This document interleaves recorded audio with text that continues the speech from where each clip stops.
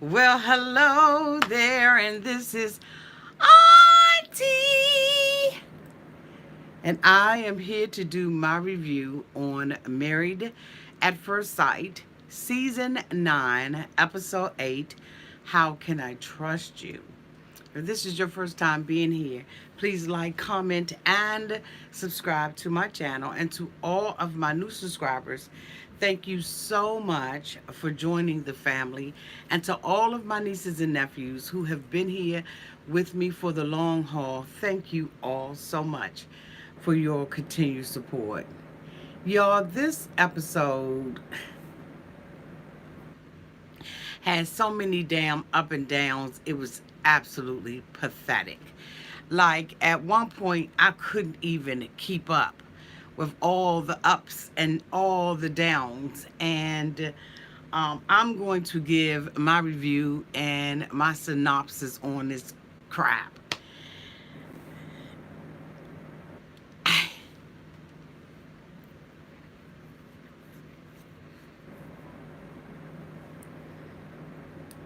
Like, I gotta get myself together, okay? Because I absolutely do not wish to just curse through the whole entire review. Y'all understand what I'm saying? So I gotta pump my own brakes, okay? Because I don't have anybody over here to pump them. Okay. The first couple I want to start with is Deanna and Greg. Deanna and Greg. They have finally done the nasty. They have consummated their marriage. It's about time. Greg is grinning from ear to ear. He is happy as he can be.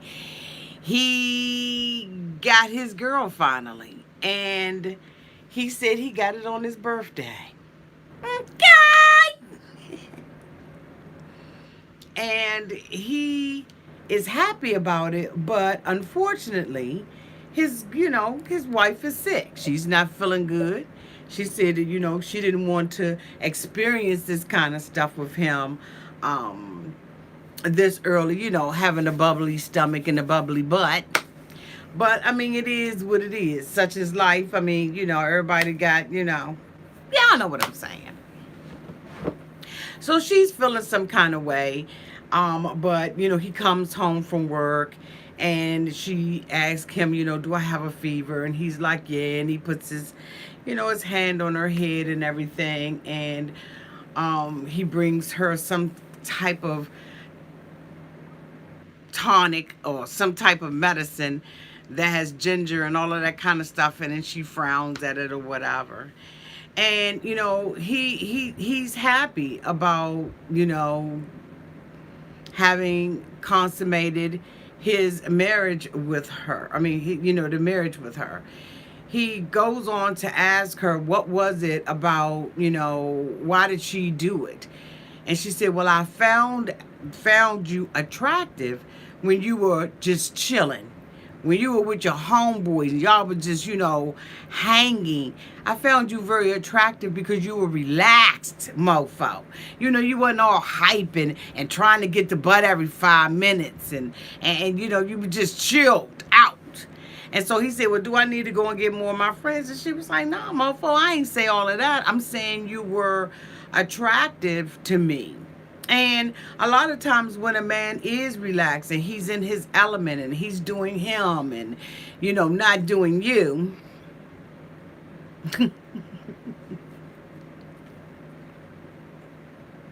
it's, kind of way when you do find him most attractive. So it just is what it is. They have to, play this card game, and they use the cards, and like the diamond is for compliments, the heart is for kissing, and the clubs are for hugging or whatever, and they have to ask these different questions to one another. What I found most interesting about it was that she had gotten to one of the cards where she had to give him compliments, and she gave him 10.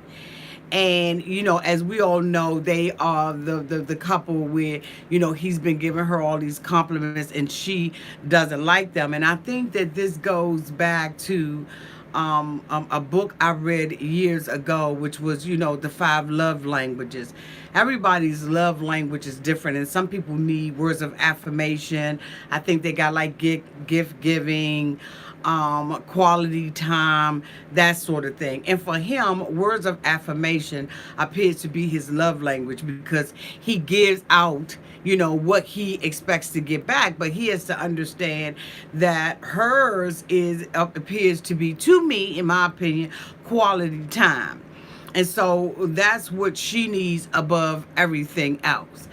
They both seem to be somewhere in the love language, seems to be in the gift giving, because on his birthday, remember, she brought him the cookie for his birthday, and for him, he brought her something when she was sick. So for her, I just believe that she wants that quality time with him, and she doesn't need the words of affirmation. But anyway, I ain't no damn psychiatrist, so I mean, but she starts giving him these compliments and telling him, what are the 10 things that she likes about him. And one of the things that she said that really touched him, as well as your auntie, was that she loves his heart, that he has a really good heart. And she said she loves his smile. She loves how he smells when he gets out of the bathtub. I mean, she was just, going into all the different things. She said she loves his eyes. I mean, like, the girl had it together, and he was impressed, and so was I. I really was impressed with the fact that she has become transparent. She's more of a methodical person, more of a thinker. I think in the relationship that he just wants to, get butt nasty and all of that. But I do believe that Greg, even in that, he still has some substance to him. And she's really starting to like her husband. And as long as he doesn't push on the sex, I think that they're going to have a really good relationship, because they really do seem to be clicking. And whatever floats your boat, whatever works for you, that works for you. But I do find myself liking this couple because I like the process that they're going through. Especially since she is now giving herself to him. He asked her, if we had sex once every other month, would that be okay with you? And she was like, yeah, well, if we do it that way, then when we have it, it got to be explosive. Like, it got to be the best butt nasty, the best butt naked that we've ever had. And he was like, I don't think I can do that. So really what I would like to see Greg do is concentrate more on the relationship, concentrate more on just, taking care of her, as opposed to, wanting sex all the time, because it really doesn't have, what I'm saying, a lot to do with that. The next couple that I want to talk about is that cotton freaking Elizabeth and Jamie. These mofos got more problems than a little bit. And Jamie is one of them mofos that's a closeted he appears to be a closeted psychopath. Like, this mofo is vengeful. He is what is that word that I am looking for? He is so passive aggressive. And everything he does is to belittle Elizabeth when he does not get his mofo way. As we all know, in the last episode, the mofo left out the house, took his cat with him and all of that kind of stuff. And so we see him and Elizabeth, he's sitting on the sofa and saying that he and Elizabeth are having problems. And so, she comes in there, she's aggravated as dog dude, because she doesn't want to have sex with him. So this mofo is mad about, her not wanting to have sex. He said that he wanted a divorce from her. And, when you are in a relationship like that, the last thing that you want somebody to do is start throwing around a D word, divorce. And so Elizabeth is like she's fit to be tired. She says it doesn't make a difference what she does. It's never enough for him. And so, we see him with this passive aggressive behavior, kind of like Colton, he talks down to her. Thank you so much for the super chat. Thank you, Tracy Ash. You're looking fabulous, Auntie. Thank you, Boo. Thank you. But he's very, he does not know how to talk to her. And she throws stuff out there as well. So, they're both of them are mad, they're angry with each other, and they are absolutely not their best when they are angry with one another. So Dr. Pepper brings her ass over, okay? And she's like, okay, I understand that you all are having problems, whoop. And so I'm coming here, to save the day. I'm Catwoman, bitch, okay? I'm Catwoman, and I'm coming to save the day. So the two of them, she says, let me sit down with one, and then I'll sit down with the other one. You know how she do. So she sits down with him, and he's like, I just want Elizabeth to take responsibility. If there's something that hurts me or something that bothers me, I want her to say she's sorry. But it just doesn't seem like it's in her to do that. And I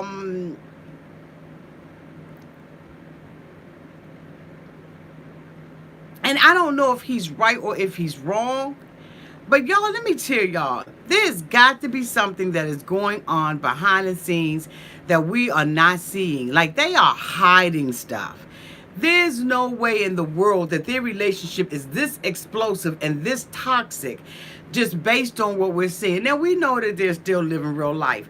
But one of them mofos, if not both of them, are being very, very phony on air, because that relationship is it's toxic at the 100th degree. And so in my opinion, like, there's a lot of verbal, mental, emotional abuse. She said that she has never had a man in her life who has made her question her own character, who has caused her to just feel so bad about herself. And I'm thinking, boo, you need to roll out. You got to go. Like, this is mental and emotional and spiritual abuse. And she's really got to get out of this relationship. And I know that she wants it to work, but there's no way that you can constantly stay on a roller coaster like that and not upchuck for the rest of your life. I mean, really, this. And you can tell that he throws all kinds of nasty jabs behind the scenes. It's just, he's so freaking toxic to me. So anyway, Dr. Pepper is, telling him, when you have an issue with her, you need to deal with that issue right then and there. You cannot go back and discipline her or check her on something. Not discipline her, but you can't check her on something that happened at the honeymoon. You got to do it right then and there. That's the kind of spirit that she has. And so when she talks to her by herself, she said, I feel like I'm a sex animal. I feel like that's all he wants from me. She said, I told him, he got mad because I told him I didn't want to have sex because we were having so much sex that I was getting a UTI. Can you imagine? Y'all are in there like rabbits, and you have a UTI because this mofo what the boost self-preserve boo. Like, they having so much rabbit sex that this woman is getting a UTI, and she's telling him, I don't want to have sex because I'm physically getting ill. Like, my body is breaking down, and this mofo doesn't even care. So he goes.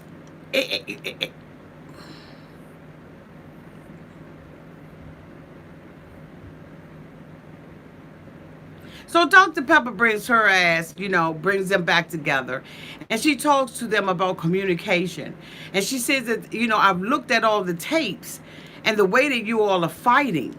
And it's not going to work if you continue to fight like this. She said, if you go on a job and you talk to your supervisor like this, you're going to get fired. This should be a safe place. You all should be safe together. And, you need to, communicate with one another better than you are. So 3 hours after Dr. Pepper leave, we see them come back. Elizabeth is sitting at the table. She pissed, okay? She is angry. And he's just, like la da dee, la da da. That's how you can tell he one of those passive aggressive, narcissistic. So he's chilling. So she's like, I can't do this. When we went out for a walk after Dr. Pepper left, I talked to him and said, look, I want to pull sex off the table. Okay? She wants to pull sex off the table because she's like, okay, this all can't be about sex. Let me make sure I'm plugged up. Hold on, y'all. Okay, I'm plugged up. So she's like, we can't make all of this about sex. I want to pull sex off the table. So she says that next thing you know, he out there dragging her dogs. And so she's mad because she's like, those are my babies. And y'all know when you have a pet, those your damn kids. I don't care if you have children or you don't have children. When you get an animal, they are your babies because they are totally dependent on you for everything that they do. I mean, everything that they do. They have no opposable thumbs. They can't do anything. They can't feed themselves. They can't, some dogs are trained to do some things, but at the end of the day, they are totally dependent on you. They're your children. And this mofo out there dragging her kids and then gonna sit up there and say, well, I wasn't walking the dogs right. She was like, yeah, but you can't get mad at me and then abuse my dog. So I'm just saying, what kind of mofo is this that not only is he abusing her, but he's abusing her children? And she said that the way that you treated my dogs was like if we had children, a 2-year-old, and you were out there, somebody was out there dragging the kids, you would not like that. You would not like that at all. And so, this mofo, and so he's still sitting there passive aggressive. She was like, I'm leaving. I'm going back. Because before, when they had the first argument, she said that she was going to leave. And so now this is the second one, and she's saying she's going to leave. But Dr. Pepper told him, when you all have an argument, don't leave. You got plenty of room in here. Go into another room and be, by yourself and work it out until, because when you walk away or leave somebody, or when you call out the divorce word, really you're punishing the other person. It's like a form of punishment. No, I would leave that mofo, and I would never, ever turn back. I would never go back. Anytime somebody has me, as old as I am questioning my own character, you are toxic and poisonous to me. You mean me no good. So, of course, she's like, I'm leaving. I'm taking the dogs. I'm rolling up out of here. And he's like, if you leave, it's over. So now he's threatening her. But when he walked out the door, she was like, okay, that's what you do. You always run. So now he's going to say, well, Dr. Pepper told us that we couldn't leave. So he's going to now use it as a weapon. What Dr. Pepper said. But you was a whole bitch that walked out of there with your cat. So now she's at the point where she has to make a decision because now she's being threatened by this mofo. And I'm saying, leave, baby, leave. But, she so desperately wants this to work. And so, she's like, well, I'm going to go in the room. Don't say a damn thing to me. Don't get up, sit out there. He was like, okay, I can stay on the couch. And she was like, yeah, sleep in your drawer. So he was like, well, I'm going to come in. And she said, and don't come into the room. And he was like, well, no, I'm going to come in because I got to brush my teeth. So she was like, oh, no, mofo. So she goes into the bedroom. She gets his toothbrush and his toothpaste and everything. She slammed that mofo on the table and then she goes back. The next day, she gets up and, she had a rough night and everything. And she's still in the mindset that she needs to leave. She said she needs to just get her judge back. She got to get her judge back and get her zen back.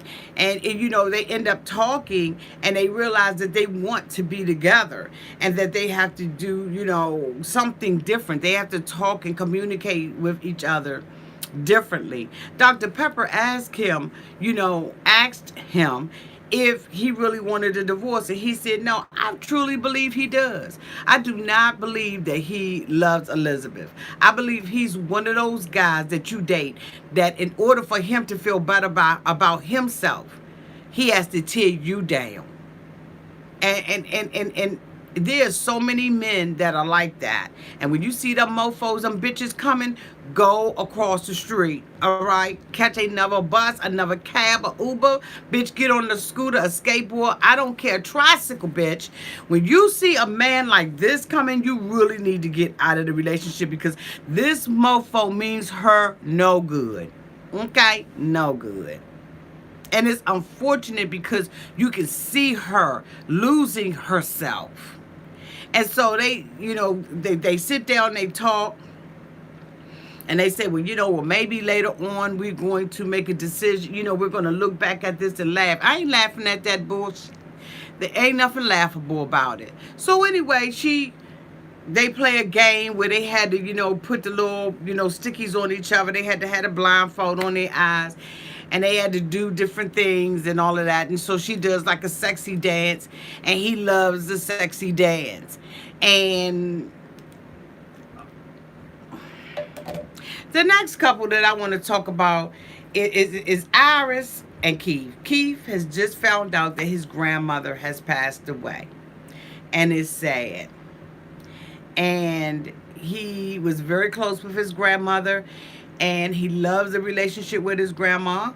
And although he misses his grandma, he realizes that she's not in pain and she's not suffering anymore. So, to Keith, I'm sorry to hear about the loss of your grandmother. To be absent from the body is to be present with the Lord. And so she's with the Lord and with her friends and everybody else that has gone before her. And she'll be waiting there and she'll be your biggest cheerleader rooting for you on the other side. Let me tell you, okay?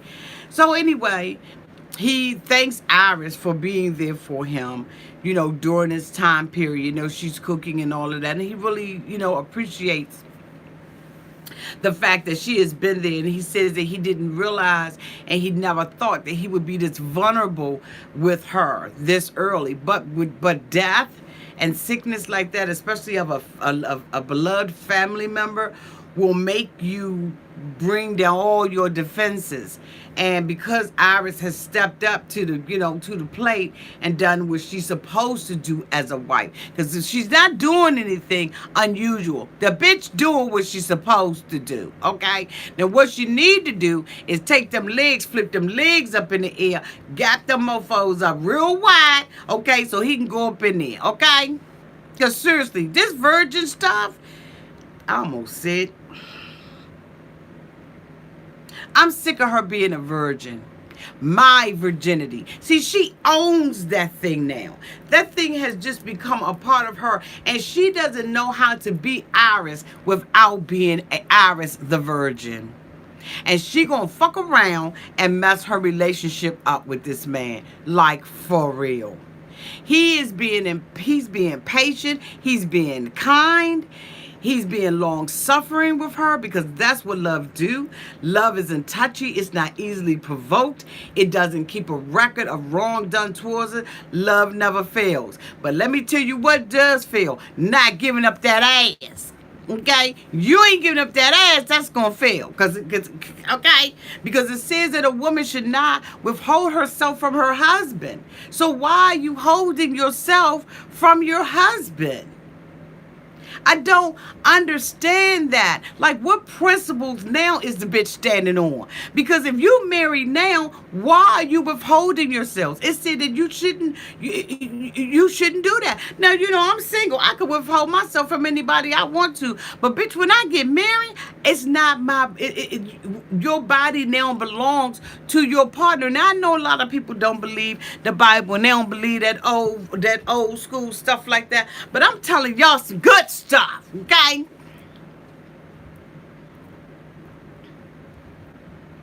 I'm telling y'all some good stuff. You cannot withhold yourself from your partner. Now, if you are during that time, if you're at that time of the month where you're having your cycle, then yes, by all means. But once your cycle is off, you have no right to your own body anymore. You are now married, and it is your job, it's your wifely duty to give up that damn booty. So this 3 weeks bullshit, all this kind of crap, girl, bye with that. This has become a part of your identity, and you don't know how to be anything else but that. What is your career?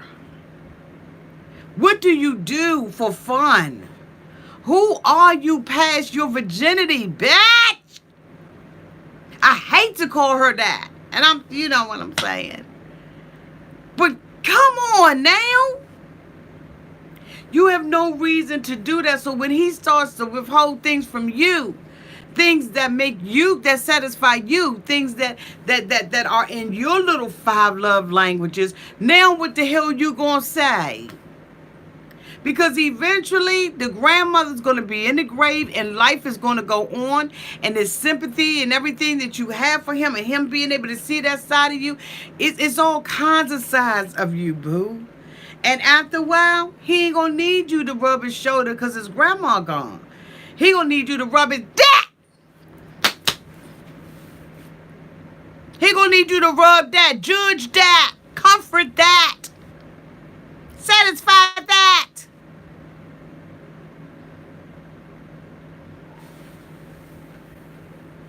Excuse me, I lost it. I'm sorry. I lost it for a little bit. I'm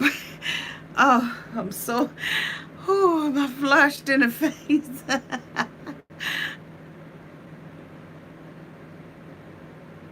Y'all know y'all auntie gonna keep it all the way 100 out here. I'm gonna keep it all the way 100.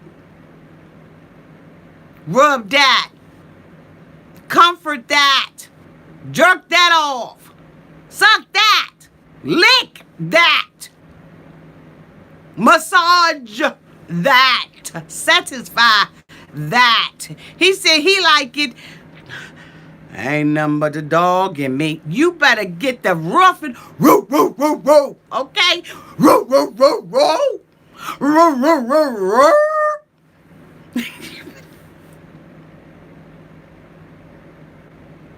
Why must I feel like that? Why must I chase that cat? That cat? Ain't nothing but the dog in him. Meow, bitch. She gonna sit up there when they playing this game. And the game that they playing, it's asking questions. So they, it's like sexual questions. So he says, what's your favorite position? She all...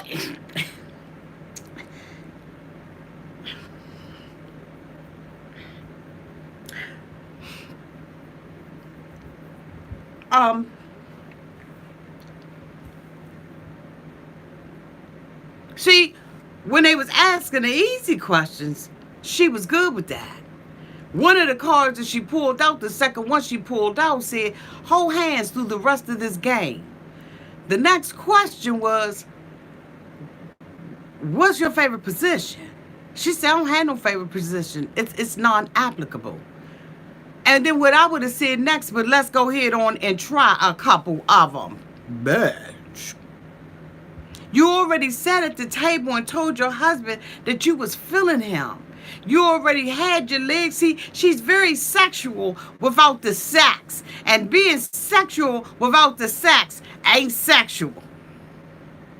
See, you playing little girl game. He said he feel like he in middle school. I said, so do I.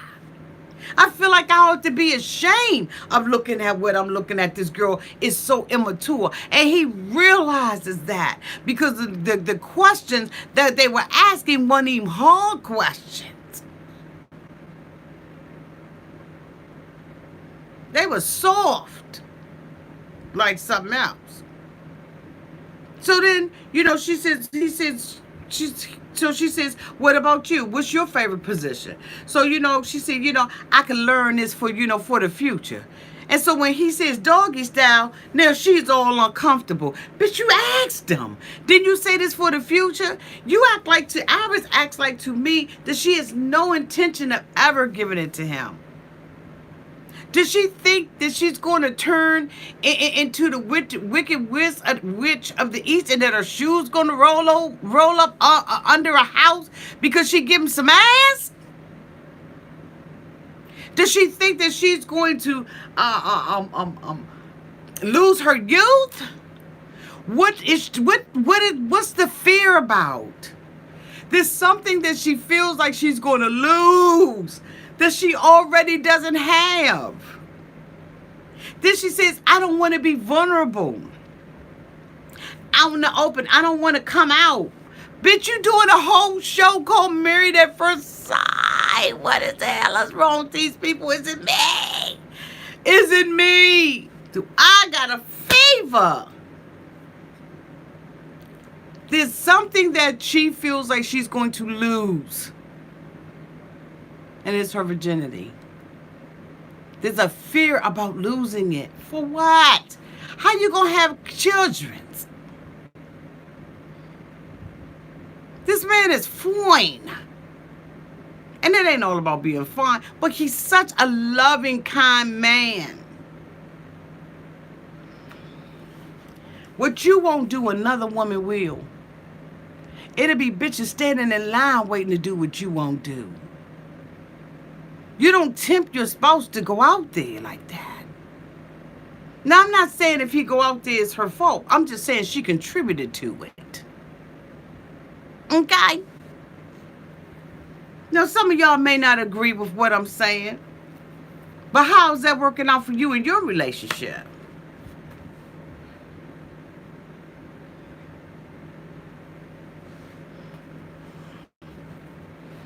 Ooh, auntie. Ooh, auntie. Y'all asked me to cover this damn show. I'm covering it. So he sits at the table and he talks to her about immaturity, about how immature she is. She says, "Is that something that's going to cause you to walk away?" He said, "It might. It really is. Yeah." For a man, men are motivated by what they see.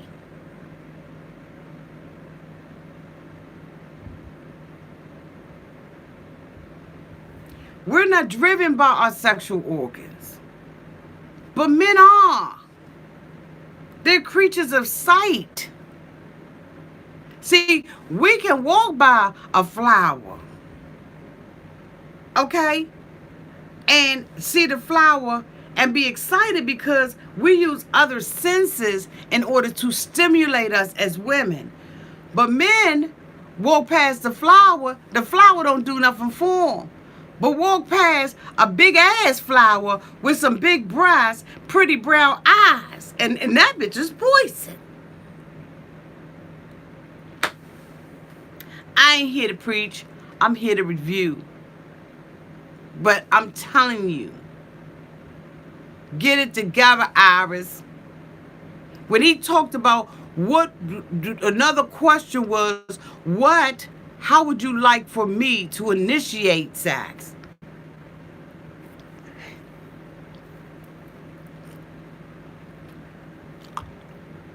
She was like that. Girl, bye. And last but not least is this dumbass Sarah. Y'all, if Sarah ain't the dumbest thing, Sarah is sitting up in the house. It's 2 o'clock in the mofo afternoon. This bitch been up all night crying and calling people because Matthew did not come home. Does Sarah have a life? Sarah says she cried herself so bad and into such a stupor that she couldn't even take her ass to work. Girl. Girl, if you don't get your... if you don't get your butt up, you only been with this mofo for how long now? And you already got sleepless nights? Now, granted, Matthew crazy as fuck. Okay? He don't have no business being out like that. But let me tell you, my whole world is not going to end because you out there. She said, this isn't usually what I do, which was a lie. This isn't usually what I do, but I pulled open his drawer and I noticed that his wedding ring won't here. And so, that made me think to the negative. Bitch, I don't care if the wind blows north. You're going to have a negative thought and feel like the sun has abandoned your ass. Because you like being in that. You like feeling abandoned. My mother abandoned me. And oh my God, I'm living with this for the rest of my life. I'm cursed. Get over it. Your neediness and your need to feel abandoned.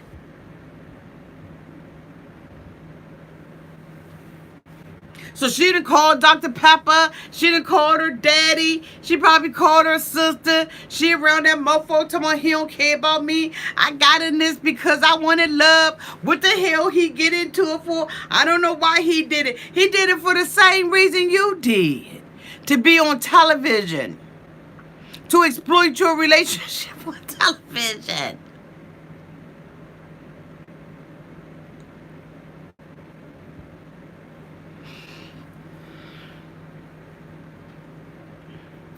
I'm just saying. Let's go ahead on and keep it funky out here. He did it for the same reason you did. Because you could have did all kinds of other things. But no, your ass wants to be on national television. And you all in love with this big old man. I know he got a, I know. But you in love with this big old man and everything. Because see, you taking it, you taking it through the hoops. He putting it through the hoops. Oh, he putting it through the hoops. And now you all stigmatized. And you sit up there crying all night. I tried to do the best I can for you. But it seems as if it's not enough.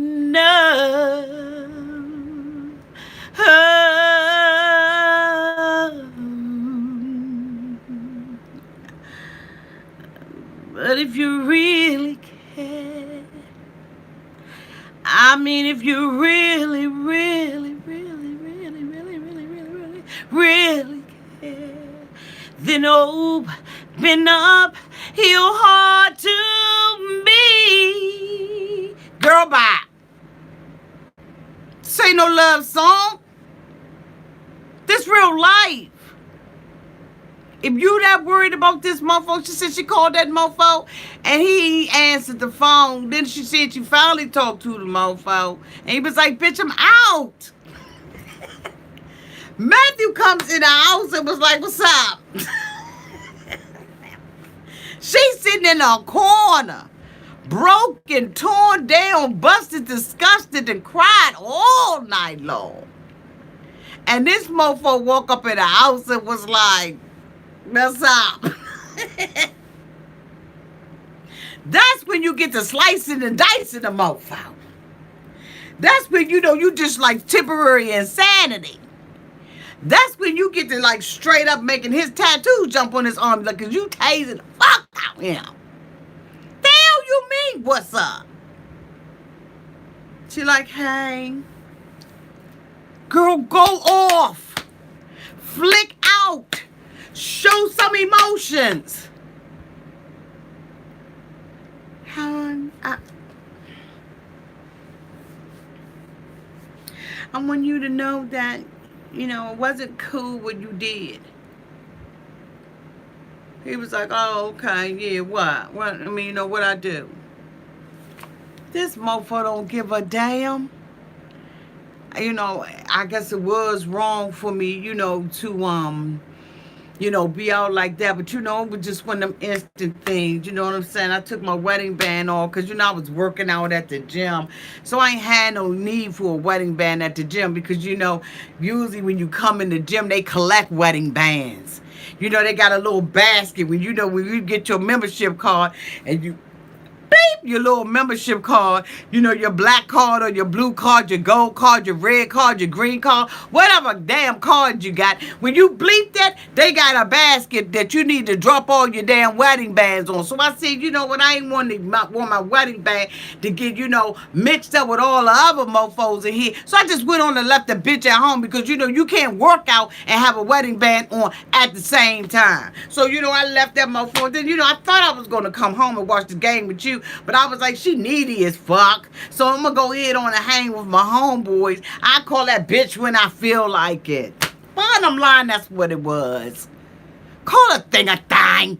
Call a thing a thing.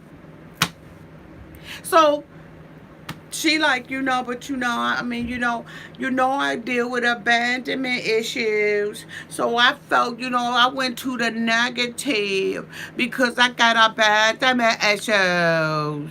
He was like, all right, then I'm sorry. She was like, can we cast?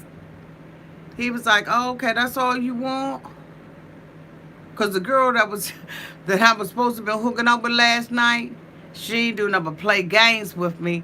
But I know you won't play games. You going to just go head on. She was like, all right, Dad, I'm coming over, Big Daddy. So she gets up on Big Daddy's lap. She kissing him and everything. She's so stupid. Dr. Pepper comes over there. She asks her about how she feeling because she done did this videotape. Dr. Pepper. Matthew didn't come home. I'm all alone. Dr. Pepper, can you help me, please? Dr. Pepper, I've been gone to work. Dr. Pepper, I'm so broken up and I've just been sick and I've been nauseous, Dr. Pepper. Oh, you know, Dr. Pepper, I mean, it's only been 3 months. I don't want him to get in trouble or anything, Dr. Pepper. You know, I just, you know, I want him to, you know, it's okay, Dr. Pepper. Please don't, Dr. Pepper say I'm going to read his ass. No, Dr. Pepper, don't do that. It's only been 3 months. He didn't mean it. He apologized, Dr. Pepper. And, you know, we had sex and everything's okay, Dr. Pepper. So please don't say anything to him, Dr. Pepper. Long as he's back home, you know, I realize that those abandonment issues and everything that I have, that I'm really trying to push it on him, Dr. Pepper. So please don't say anything to him because I want him to stay in this relationship with me. And I don't care what it is I have to do and how hard, you know. So Dr. Pepper sit with him and she gonna sit up there and tell him that he dead ass wrong for leaving somebody that got abandonment issues. No, you dead ass wrong for setting that girl up with anybody on the show. She should have been the first one cast to the side. As soon as you saw her damn application for Married at First Sight, that bitch application should have been in the trash. How in the hell you gonna make him responsible when, first of all, he didn't even know her when he was walking down the aisle. He didn't have no idea that this bitch had abandonment issues, okay? As even though he's wrong for what he did, he did not know. And that's heavy for him because he got abandonment issues his damn self, but he done got comfortable. He said when he, at the age of 16, he left his parents' house and he was living from mofo pillar to post. So why you as the expert, Dr. Pepper, Don't smack me when you see me. But you as the expert, Dr. Pepper, that's on y'all. That's on y'all. She should have never been on the show. And neither should he. And then you take the two opposites, the worst mofos in the world that ever need to be together, and put them together and blame this mofo for doing what he usually do. Live from pillar to mother freaking post. He don't come home when he stay out as long as he want to. The mofo sleep on park benches, and the next day he in a penthouse in Manhattan. Get the fuck out of here.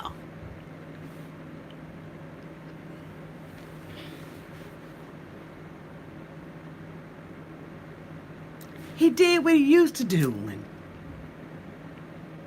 And he used to taking and smiling and doing them little golden little, them little bling. Like he on some damn toothpaste commercial. And he used to some woman straddling on the top of him.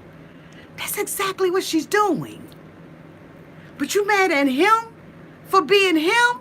If you want him to understand her abandonment issues, then she has to understand that he has issues with connecting to anybody. The bitch been on the street since he was 16.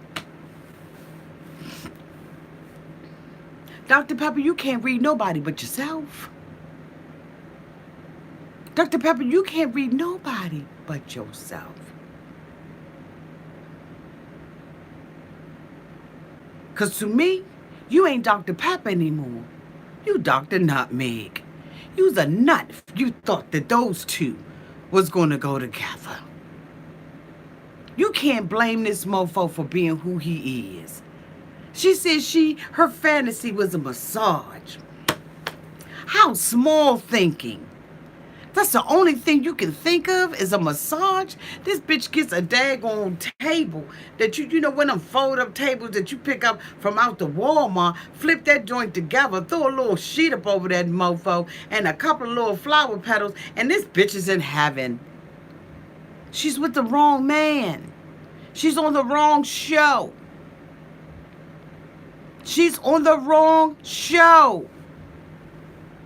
It's your fault if this girl gets hurt. It ain't his fault.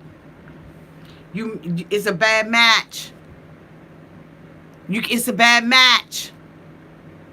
You're not gonna get blood out of this turnip. You're not. This mofo Matt ain't attached to nothing. Next week, this mofo gonna be doing the same. Next week, he gonna be gone again with his homeboys, because that's what he's used to doing. And her, with her no life having ass, is gonna be sitting right back in my husband doesn't love me. He doesn't care about me. Why did he do this experiment?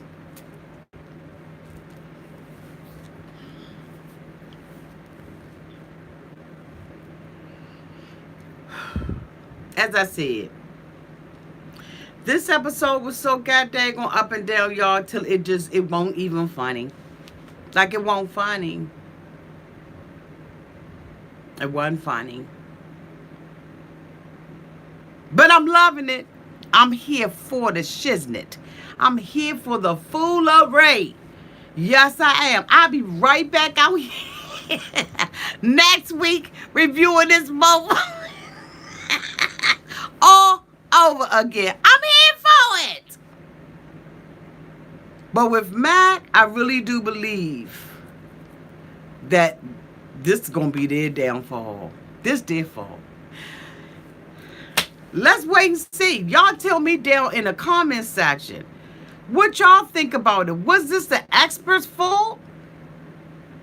With Matt and her, do y'all think that the experts got it right? Tell me what couples you think are going to stay together. What's your predictions? How do you predict the end of this? Because I'm curious to see what you all think. Because I know what I'm thinking. But give me your predictions. And let's see who predictions are right. Y'all, thank you so much for being out here. I'll be back out next Thursday with my next review of Married at First Sight season 9, episode 9. And I'm telling you from the previews of it, it look like it's going to be off the hizzle for shizzle my nizzle. Okay? Love y'all to pieces. Thank you so much to Josie and to Mary for moderating tonight. Thank you so much to was that Stacy? I think it was Stacy. They gave the super chat. I really do appreciate you so much. Love y'all, and until next time, be good, y'all. Bye. Cause everybody needs a sweet old auntie, right? So welcome to Auntie's Advice.